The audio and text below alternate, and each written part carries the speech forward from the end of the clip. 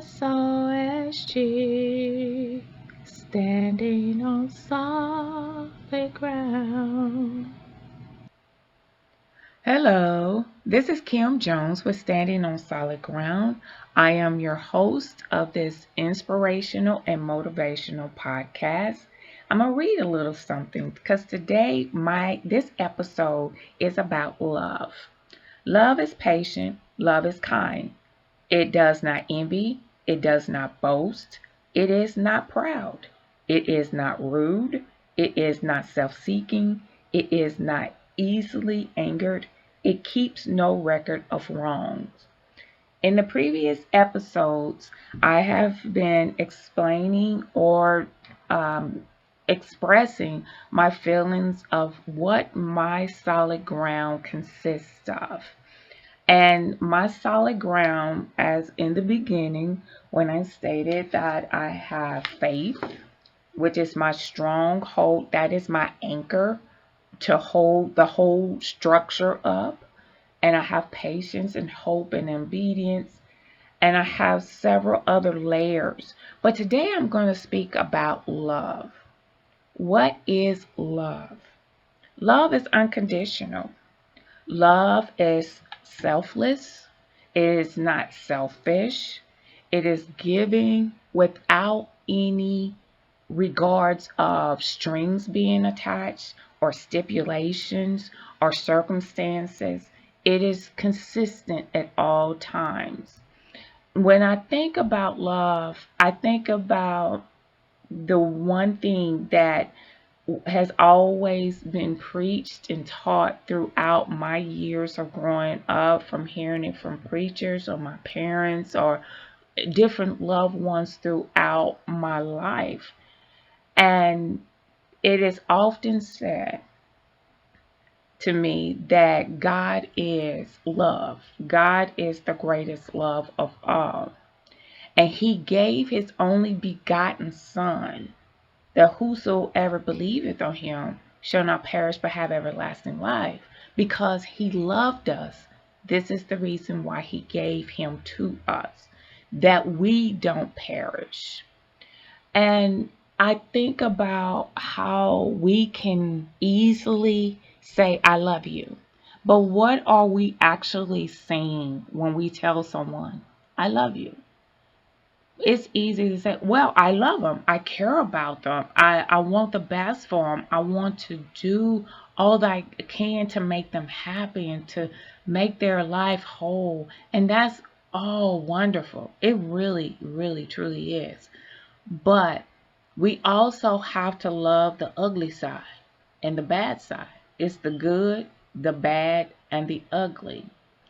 And we can always love the good parts. We can always love that person when they're in a good mood, when they're happy. We can love them when they're giving to us, when they're showing us affection, when they're showing us that they care about us. But when that bad side comes, and when that ugly side reveals, can that love withstand those things about that person? We have to love every part of that person that we tell we love. We have to accept everything about them, everything, regardless. I can remember times where my daughter and we bumped heads. We battled. We did some battling because she was becoming her own. You know, when they begin to turn 13 and 14 and 15 years old, they know everything. You don't know anything. You just came from birth to the age you are, and you didn't have to be a teenager or in your 20s or 30s or what have you. They think they know everything. And so when she battled and when she rebutted, and I will tell her, hey, you forget who you talking to. Well, I just need for you to respect me. I need for you to understand I am in love with this person. Okay. Until they show her their bad side. Then that person was crazy. Oh, there's something wrong with them. Oh, what's the matter? I thought you said you loved them. We try to tell our children to be careful about using that word love if you don't really understand what it means. The meaning of love, a lot of people will just give it as a general definition of showing affection, of showing someone that you care about them. To give them your love is to show them that you appreciate them, that you have this ooey gooey feeling about them. But there's the other side that you don't see. And that's the side I would rather see first, to give me the opportunity of knowing, do I really want to be with this person? Instead of loving all that they're doing for you to bait you in and to get you close. Because once they have you, it seems like it is horrible, just horrible trying to get away from that, because you've realized this is not what you want, but this is what you have. But remember, you said, I love this person. And you have to understand that when you say, I love you, you're loving everything about them. Can you imagine if a man, met this beautiful woman? I mean, she is just together. She's beautiful, she dressed well, she smells good, she's very etiquette. She just have this etiquette about her that he just loves about her. And he dates her and it's wonderful and everything is just on cloud nine. I mean, the stars is just beautiful, the sun is bright. I mean, you see everything, the roses is smelling beautifully. And then you marry that woman, and when you marry that woman is going to display to you who she really is, because she can't keep that facade if that is not her true self before you. She has to show you who she really is. And that is the same with a male. Male is the same way. It goes both ways. Where you meet this person and he's whining you and he's dining you and he's taking you here and taking you there. You get married and all of that stops. Then the first thing you ask, what happened? Oh, now that we married, you don't have time to take me out, or you don't have time to do this with me, or you don't have time to do that with me. But the facade fades away and the real person comes out. And when that real person comes out, what you fell in love with was the imitation. What you fell in love was that sheep that was actually a wolf in disguise. And so I've learned along through my years that love has a whole nother meaning that we don't quite understand. And if we do understand, it's actually, you feel like it's too late to change. It's never too late. It's just that things have to be done in its perspective order. I watch so many different love stories, and you look at it and say, oh, I just wish that things could happen like that for me. But that's a fairy tale unless God is involved. If God is not the root of that love, you're going to have a whole lot of issues. Trust me, I know personally. There's a whole lot of issues that you will face, because let's just say that you're unequally yoked, that she is the one that is the Christian and the other person, he is like, I believe in God, but I don't want to go to church because of this, and I don't want to tie down because of that. And they beg for too much money or whatever. They give all these excuses as to reasons why they don't go to church. There's always going to be a rebuttal. When you equally yoked, you are one. You are one. You make decisions as one. You do things as one. Now, you can be your individual person because you may have one dream and that other person may have another dream. But at the end of the day, you can sit down and say, okay, I think it's time for us to buy us a bigger house. What do you think that will be our limit?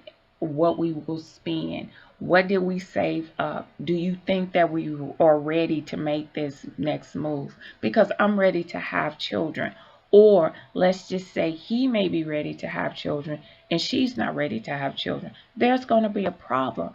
There should not be too many things that you cannot have as a disagreement, so to speak. There are disagreements in marriages, but when there are more disagreements than agreements, there's a problem.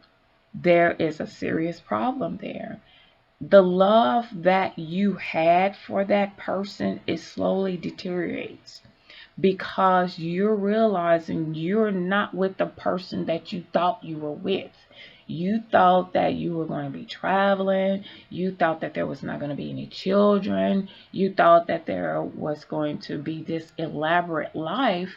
But when the realities of everything is not put up front in the beginning, later it's going to address you again. And when it addresses, then you find out all the things that you did not want to know or you did not want to run into. You thought everything was just copacetic and, it's hunky-dory. Everything is going to be perfect. And it doesn't quite work that way. Love is unconditional, like I said. It doesn't matter what the situation is. Your love is going to uphold whatever obstacles or situations that you are confronted with. Your love for that person is going to supersede all of their ugliness and their badness. It's going to supersede that. And they're going to get through that. And they're going to learn how to love you even more because you accepted these things about that person. And they can look past all the negativity and see something positive in you no matter what. That's the same with God. If you look at how God looks at us, look at the things that we have done in our life. Look at the bad decisions that we've made in our lives. Look at all the things that we have done that were incorrect, that nearly destroyed us, that nearly killed us, our disobedience, our untruthfulness. Look at all these incidents in that we cut school, which I didn't do that. I didn't cut school until I told my mom. I told my mother, Mom, I'm leaving school early. Okay. She always told us, if you're going to cut school, let me know. So we let her know. And she said, okay. Because if we lie about it and she finds out that we did it, oh, my mother believed in the rod and she put a belt to our behinds. She didn't have a problem with it. So we all knew that if we're going to skip school, tell mom. But anyway, look at all the things that we have done in our lives where we have disobeyed, we have lied, we have cheated, we have stolen, we have manipulated, we hated, whatever it is. And love can wipe all of that out. And that's what God does. He wipes all of that out. Once we repent and say, God, I hated that person for the wrong reasons. Forgive me. God, I stole from that person and I shouldn't have. forgive me. When we acknowledge what we've done, we ask for forgiveness, God's love will override all the wrongs that we have done in our life. It supersedes everything that we've done. And that is what true love is about. We want to give true love, not that conditional love where if you love me, you'll do that. That's not true love. You know, the good girl, bad boy syndrome, that good girls fall in love with the bad guys because they find that their life is exciting. They find what they do as exhilarating, not boring. And what happens is that a lot of times the good girl is not as strong as she thought she was, where her parents consistently will tell her, you know, this is not a good person for you. You need to stay away from him. He's going to take you down a bad path. He's going to destroy your life. And she can be a straight A student. She can be the president of her class. She could be, just perfect. And that wrong path that she takes with the wrong person, because all he will let her know, you know, baby, I love you. You know, baby, I care for you. And if you love me, you'll do this. That's conditional love. That is that love that, kind of strings you along. And that's what Satan wants to do. He wants to string you along. He wants to bait you because you are so determined to prove your parents wrong that he is a good guy. They see differently, but you are determined in your mind. This person is the most wonderful person in the world. I'm going to prove my mom and dad wrong, and I'm going to show him that he was the best man for me. And next thing you know, she's on drugs. She's on alcohol. She's sending her life straight down the tubes. And that's what Satan wants. That's exactly what he doesn't want anyone to stay good. He doesn't want anyone to stay faithful. He doesn't want anyone to be successful in their life. He wants to destroy. He wants to steal, kill, and destroy any good thing that God has created. So where God has love, Satan has hate. Satan hates God. He hates God to the fullest thereof. And God hates him in return. He cannot stand Satan because he is taking so many innocent souls to be with him. Because God already has a fiery place of brimstone waiting for Satan. He has a place for him in the grave. And he can't hardly wait to bury him. But he has to wait until due season. The season hasn't come yet. He's trying to get as many of us prepared for that event. If we love God, we're going to love God unconditionally. We can't love God just when he gives us something. We can't just love God when things just go right. We have to love God regardless when things go wrong. When we can't see why this happened to us, or why our bills are behind, or why our loved one lost their lives, or why this or why that. We have to love God unconditionally, just like he loves us unconditionally, because that's where trust come in. As my previous episode was that layer was trust. We have to trust God that he know what he's doing. We have to trust him with all of our heart. And that means that we will continually love him regardless to how we may feel and regardless to how things may be going in our lives. We love him because he loved us. He loved us in our foolishness. He loved us in our laziness. He loved us in our disobedience. He loved us when we were contrary, when we wouldn't do what he asked us to do. He continued to loved us. So why should we fail in loving him? Why should we fail in giving him that same love that he has unconditionally given to us? I know that that's a lot to think about. That is a lot.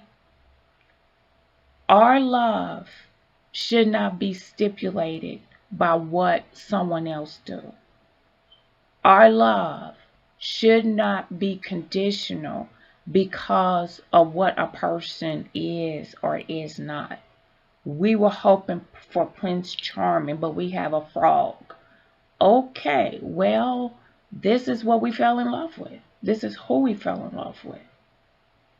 We cannot be, just say, well, I'm just done with this. I don't want this. This is not what I want. No, this is what you married. This is who you married. Now, I understand it's not quite the way that you had hoped, but it's what it is. And you have to accept responsibility and say, okay, I made this decision. I thought he could cook, but he's burning up everything in the kitchen. I thought he could clean, but he doesn't even know how to run a vacuum cleaner. I thought he could wash clothes, but he bleached everything. Okay, he's not perfect, but look at the good in him. Can you find any good in him? Just like Jesus found good in us, just like God found good in us. Can we find more good in this person? Well, yeah, he's a good father. Okay. Well, he's a good provider. I mean, I don't want for anything. Okay. He loves me. I mean, he gives me whatever I want. He gives me his love. He gives me his attention. He gives me his affection. Okay. Then he's giving you the best of him. He just can't cook. He can't do laundry. He can't clean. You do it, or show him how to do it, or y'all do it together. But don't stipulate or put conditions on your love of what he can't do. Look at what he can do. And if you're happy with what he can do, then accept the things that he can't do and work on it. You work on it together. That's what marriage is all about. That's what love is. So, I hope that you are able to understand that it is not you that people don't like, or if people find fault in you.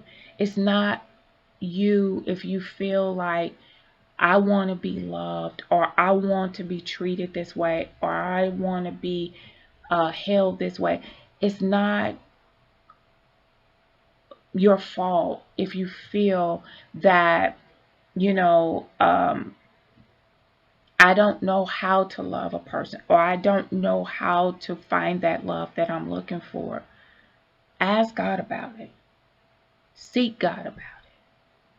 Pray about it.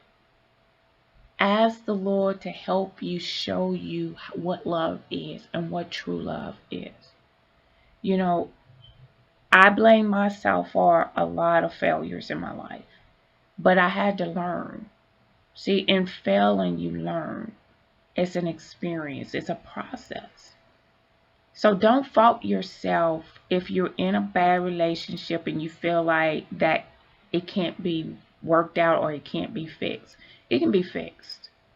But it's up to you and that person to work it out, or you might go your separate ways, whichever the case may be.